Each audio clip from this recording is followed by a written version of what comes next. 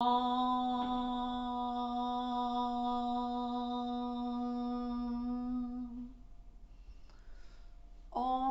Namaste Sat Nam and Hari Om Tat Sat.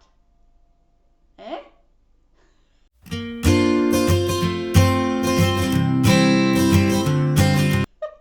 Hi, it's Victoria Cunningham Downey, the founder of Stretch Body Mind and the creator of the Stretch Body Mind Yoga Teacher Training.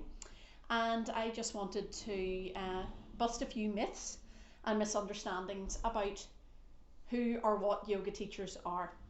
Okay, so the first one, perhaps you guessed by my beautiful demonstration, is that in order to be a yoga teacher, you have to be really airy fairy and arty farty.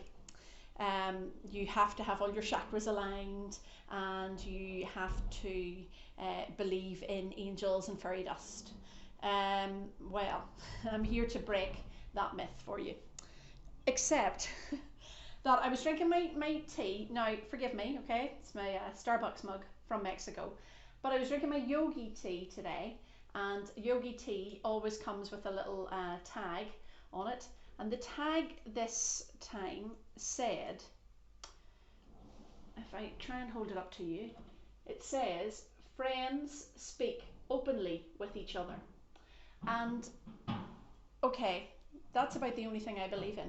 Whatever the yogi tea tag tells me, that's what I believe in. I don't believe in angels. I don't believe in fairy dust. I'm not really that into fairy dust at all, actually. And anyone who's been to my classes will tell you that, well, I'm pretty down to earth and earthy, and in fact, so earthy that you might hear a swear word or two in my classes. Not always from me. I'm not mentioning any names, but I'll just say Tuesday Night Pilates.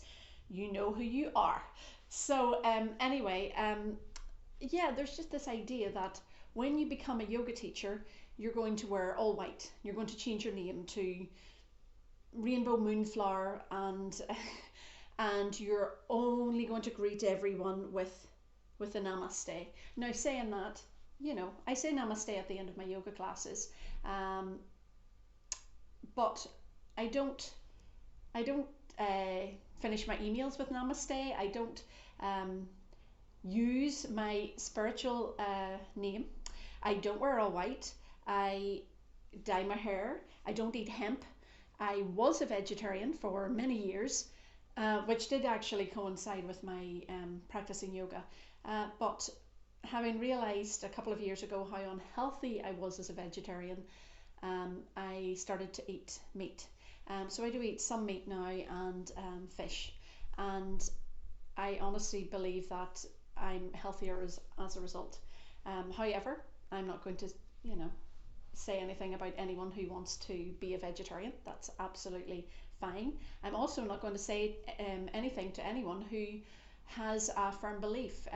People in my classes in the past have been had a strong faith. You know, they've been born again Christians, or they've been Buddhists, or they've been staunch Catholics, but they've still been able to practice yoga with me, because that is the nature of Stretch Body Mind.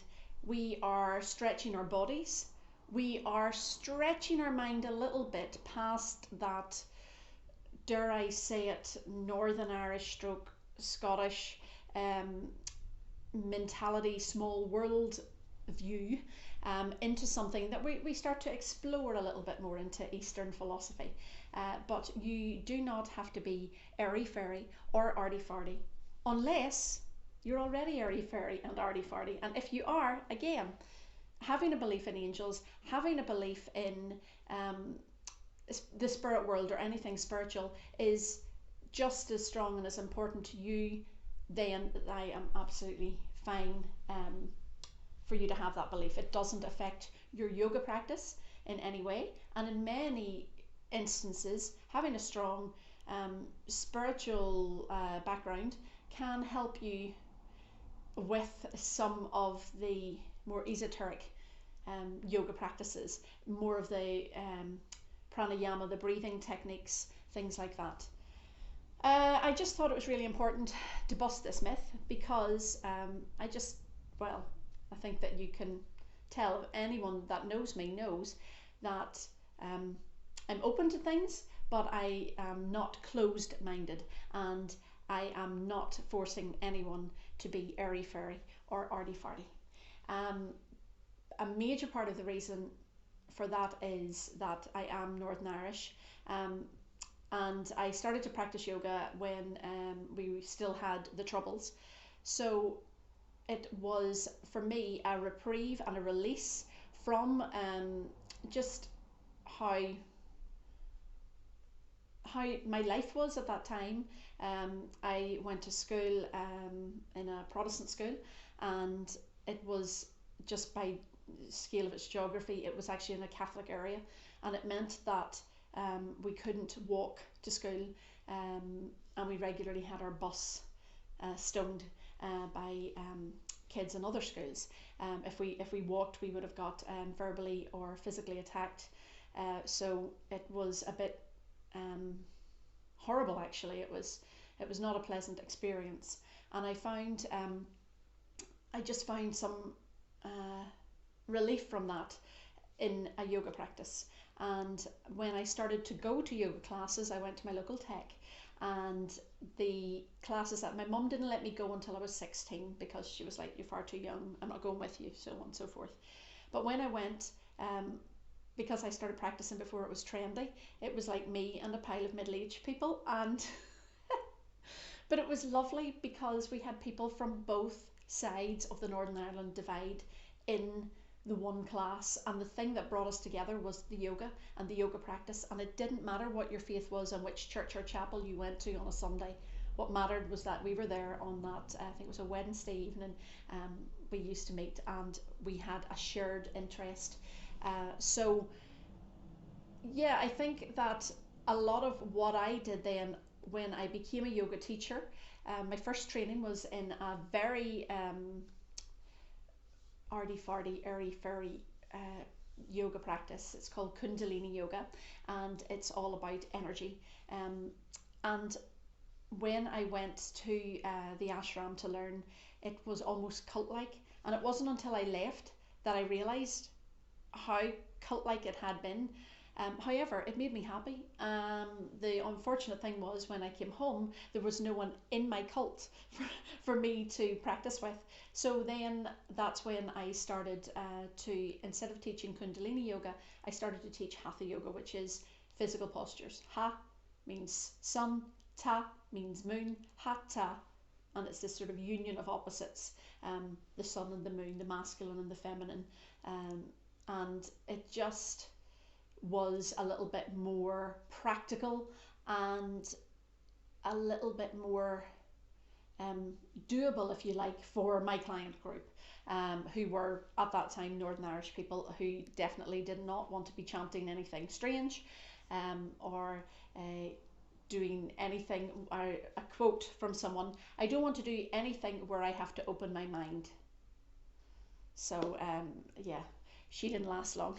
I'm not, I'm not asking people to be closed minded. I'm asking them to be open minded to things that are outside their own spiritual beliefs or their own life beliefs. It's okay to know about these other things, but that doesn't mean that you have to turn around and believe in them. So I went to this Kundalini yoga, I trained. There are certain things most Kundalini yoga practitioners are Sikh by their religion, and there are a lot of people who change religion. I never did. I never took on my spiritual name. I never wore white. I never covered my head, just with my hair. But I chose to be true to who I am, and so that's what I would say here. In order to bust the myth that yoga teachers are airy fairy or arty farty, basically be true to yourself. So if you're already that way, by all means teach classes in that way. You will find your audience.